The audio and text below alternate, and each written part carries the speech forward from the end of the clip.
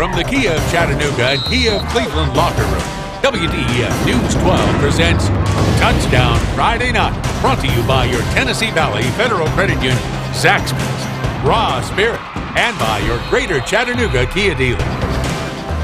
And welcome to Touchdown Friday Night. I'm Rick Nyman, flying solo this evening as Webb Wright has a night off. We start this evening with the Cleveland-Bradley Central rivalry. How big is this annual showdown? New Cleveland coach Ron Crawford joked that his superintendent let him know that his contract was only for 1 year. Always a packed house for this annual rivalry. First quarter action. Bradley Central back to punts. This is a bit of a shank. So the Blue Raiders are going to get good field position. Cleveland will give the football to their Mr. Everything, C.J. Bryant. He's a basketball player. He dribbles it. Not what you want to do, but hey, it works for Bryant. He finds the end zone. That's a touchdown. Cleveland goes on top, 7-0. Later in the first half, Blue Raiders trying to get their passing game going, but Austin Herring's pass is tipped and is picked off by big number 77, DJ King. This was a defensive struggle pretty much all night, and Bradley Central holds on to win it by a final score of 16-14. They get the bragging rights. Region Ruckus, McMinn County, and Saudi Daisy. Trojans, bit of an underdog in this one, so why not pull out all the stops? Opening kick, an onside kick. Cherokees can't get it. Luke Underwood gets it for Saudi at the 41. Later, it's 4th and 10 for Saudi Daisy. Brent Standifer will scramble it around, and he's going to pick up the first down for Saudi Daisy. He gets down to the 17-yard line. Later on from the 8-yard line, Standifer back to pass. He hits C.J. Brown for the touchdown. PAT no good. Saudi on top, 6-0. Cherokees, though, have Thunder and Lightning in the backfield, and Kelvin Wells and Dre Sanders. This is Wells running right. He goes to the 38-yard line.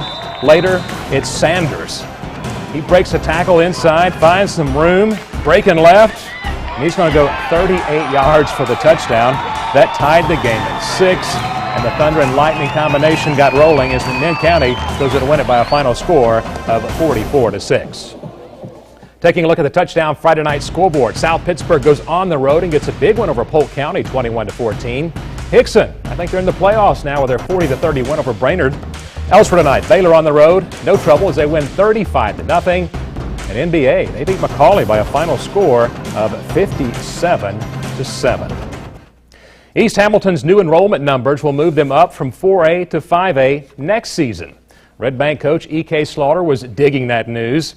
He said it was nice to have the Hurricanes out of the district. The only problem for Slaughter and his Lions, they still had to play 4th-ranked East Hamilton in a district matchup tonight.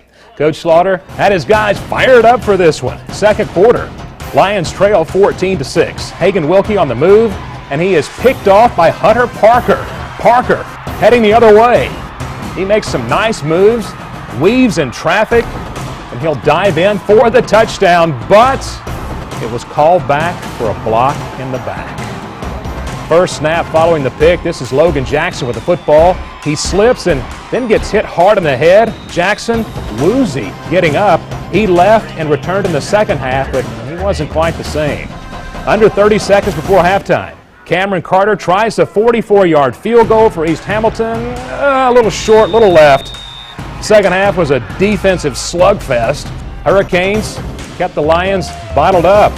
East Hamilton wins the district title tonight as they down Red Bank 24-6. Region ruckus between Tyner and Howard. First quarter, Courtney Hurd gets a handoff for Tyner, and they call this a touchdown. 7-0 Rams. Howard tries to get their offense going.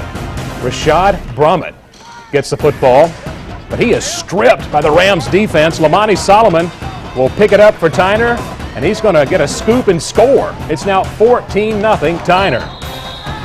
Later in the first half, with Tyner up 21-0, Howard gets on the board. The pitch to LaWayne Ruffin. He's going to rough it and dive in for the touchdown. That made it a 21-6 ball game. But Tyner would get on the board again in the first half.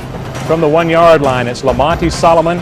He gets in there. That makes it 28-6, and Tyner rolls over Howard by a final score of 41-21. Back to the scoreboard we go. Chattanooga Christian on the road. They fall 56-32 to Marion County. Notre Dame beats Whitwell 42-6. Walker Valley on the road tonight against Ray County, and they get a 2-touchdown victory. Dalton also on the road, and no trouble with Lafayette as they win that game by a final score of 43-0. Coming up on Touchdown Friday night, Ringgold has a key matchup against North Murray. LFO travels to Coahulla Creek, and would Ridgeland continue to run wild tonight against Northwest Whitfield?